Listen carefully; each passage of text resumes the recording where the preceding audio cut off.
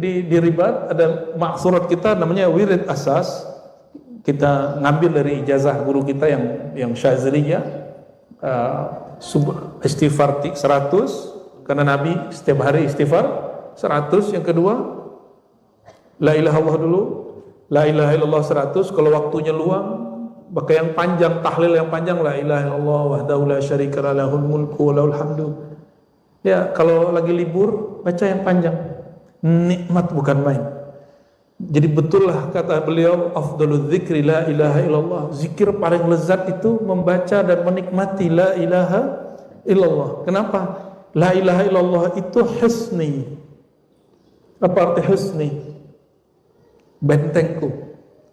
Waktu Al-Imam Abu Zur'a Ar-Razi yang sezaman dengan Imam Syafi'i, Imam Ahmad bin Hanbal, ya, kedatangan oleh zuriat Nabi Sayyidina Ali Ar-Ridha, zuriat ya, Ali Ar-Ridha, anak yang tadi kita sebut, datang ke kampungnya. Itu beliau dan para ulama lain nyambut. Padahal dia lebih alim dalam hadis, tapi dalam kemakrifatan lebih alim Sayyidina Ali Ar-Ridha. Dalam hadis Sayyidina Abu Zur'ah hafal 600.000 hadis. Sedangkan dalam kemakrifatan lebih dalam siapa? Ali Ar-Ridha. Lalu setelah dijamu segala macam, ini ulama mengajarkan boleh cari muka kepada guru, ya, bukan kepada penguasa. Kenapa? Guru yang bersambung rohaninya kepada Rasulullah, maka mencari perhatiannya akan mendapatkan perhatian baginda Nabi Muhammad sallallahu alaihi wasallam, bukan perhatian si guru itu. Ya.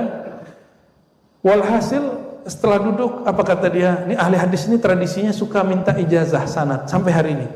Kata Imam Abu Zur'ah, wahai Habibna, ya, seandainya engkau berkenan, kami ingin mendengar dan mendapat hadis darimu yang kau riwayatkan dari ayahmu, dari kakekmu, dari jidmu Sayyidina Ali, dan jidmu Abul Kaunain, Sayyidul Kaunain, Sayyidina Muhammad sallallahu alaihi wasallam. Sayyidina Ali Ar-Ridha karena sudah disambut segala macam, berarti ini orang tasdik ini. Maka dibacain hadis. Haddatsani abi an jaddi an nabi, terus an nabi sallallahu alaihi wasallam qala, apa yang dibaca? La ilaha illallah husni. La ilaha illallah itu bentengku. Maka ini hadis yang paling sahih sebenarnya dalam thariqah. Thariqah sufi ini paling sahih hadisnya dalam bab zikir la ilaha illallah. Karena diriwayatkan dari zuriat Nabi sallallahu alaihi wasallam yang bersambung kepada ayahnya. Tapi hadis ini didhaifkan oleh kelompok pembenci zuriat Nabi Muhammad sallallahu alaihi wasallam, ya. Kelompok-kelompok ini memang kalau disebut keluarga Nabi dia benci. Benci keluarga Nabi berarti benci sama Nabi. Ya, sallallahu alaihi wasallam. Jangan coba benci dengan zuriat keluarga Nabi Muhammad sallallahu alaihi wasallam. Lau ya'lamul musalli man yunaji, seandainya seorang yang sholat sadar siapa yang sedang dia ajak untuk bermunajat, man fatala, maka dia tidak akan melakukan hal yang gak pantas, meludah kayak, ya, kan ada orang Arab itu dulu ngeludahnya langsung ke depan gitu, lagi sholat tuh, Arab Badui. Dan siapa yang bersihin masjid? Nabi yang bersihin masjid. Jadi Nabi itu kadang-kadang memerankan jadi panglima, tapi kadang-kadang jadi merbot gitu. Ya kayak Pak Kiai inilah. Kalau jadi di kelas kan begini nih, Pak Kiai kan. Tapi kalau di masjid ya ngurusin ini atu-atu gitu. Dan kita punya beberapa sanad masyayikh, ya. Mereka di pesantren-pesantren yang nggak ada ahli bersih-bersihnya, itu kadang-kadang kiai santrinya tidur dia bersihin WC. Itu kejadian di ulama Mesir, kejadian di ulama India, dan dulu ada ulama-ulama di Jawa yang begitu. Sekarang saya udah nggak pernah dengar karena pesantren sudah ada, ya, orang yang dibayar untuk bersih-bersih. Benar kiai ya? Sudah ada ya? Belum. Jangan-jangan kiai ikut juga bersih-bersih malam nih. Kita masuk ke dalam WC, toilet, dan bersih, nyaman nggak? Bahagia nggak? Buang air terus bersih itu bahagia.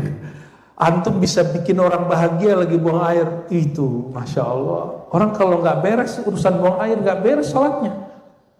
Nggak beres sholatnya. Sederhana tuh, orang jadi wali Allah. Tapi siapa yang sanggup? Hadisnya menyebutkan 3, ya, tapi yang keluar cuma 2 di riwayat ini, ya, mungkin sengaja dia potong, ya. Wa min dzalik, di antara rahasia salat, kalau tadi malaikat menggerubungi, sekarang lain lagi. Hadis ini lebih sahih, ada di Bukhari. Ya. Inna ahadakum, nah kita potong langsung ke hadisnya dari Sayyidina Abu Hurairah, qala Rasulullah SAW, inna ahadakum fi salatin ma damatis salatu tahbisu. Maka ada yang disebut salat maknawi, ada salat ramzi, salat secara simbolik, ritual, ada salat yang secara spirit. Berarti Nabi sendiri mengajarkan ada 2 jenis salat, dan dua-duanya harus dipakai, dua-duanya syariat. Jangan kalau udah bisa salat maknawi nggak salat ramzi, salat secara syariat. Apa kata beliau? Sesungguhnya seorang kamu dinilai tetap sholat madamatis sholatu tahbisu, selama niat untuk sholat menahan dia untuk gak kemana-mana. Maka niatkan nanti kalau sholat subuh nunggu pengajian itu karena mau syuruk, maka orang itu duduk selama itulah dia dihitung sholat. Pengajian dari habis subuh sampai syuruk ada 1 jam, ke 1 jam. Selama itu orang dihitung sholat. Keren gitu, sholat 1 jam. Setiap hari antum sholat 1 jam. Sholat sunat loh. Jadi dalam mata hakikat para malaikat, orang itu dilihat sholat. Tapi secara zahir dia duduk gitu. Nabi lagi ngomong begitu, Pak. Jadi orang bilang kan hakikat itu nggak ada masa Rasulullah. Lah ini kan ajaran hakikat Rasulullah Sallallahu Alaihi Wasallam. Orang semakin ngaji Sahih Bukhari, Sahih Muslim, semakin ketemu bahwa dalil syariat, tarekat itu satu paket, di satu hadis ketemu. Ya. Kan banyak hari ini yang ingkar kepada ilmu syariat, tarekat, hakikat itu, udah benerin aja syariat ente. Bilang aja nggak ngerti hakikat, ya kan? Jangan begitu bicaranya, ya. Wal malaikatu taqul, apa kata-kata doa malaikat saat orang menunggu. Nah, maka nanti selesai salat duha, ya. Salat duha, enggak usah salaman, salat duha langsung. Salat duha. Makanya masuk tadi wudu enggak? Wudu, ya. Biasa kan kalau ngaji, pengajian, masuk masjid itu berwudu, ya. Kecuali sedang ada sesuatu, ya.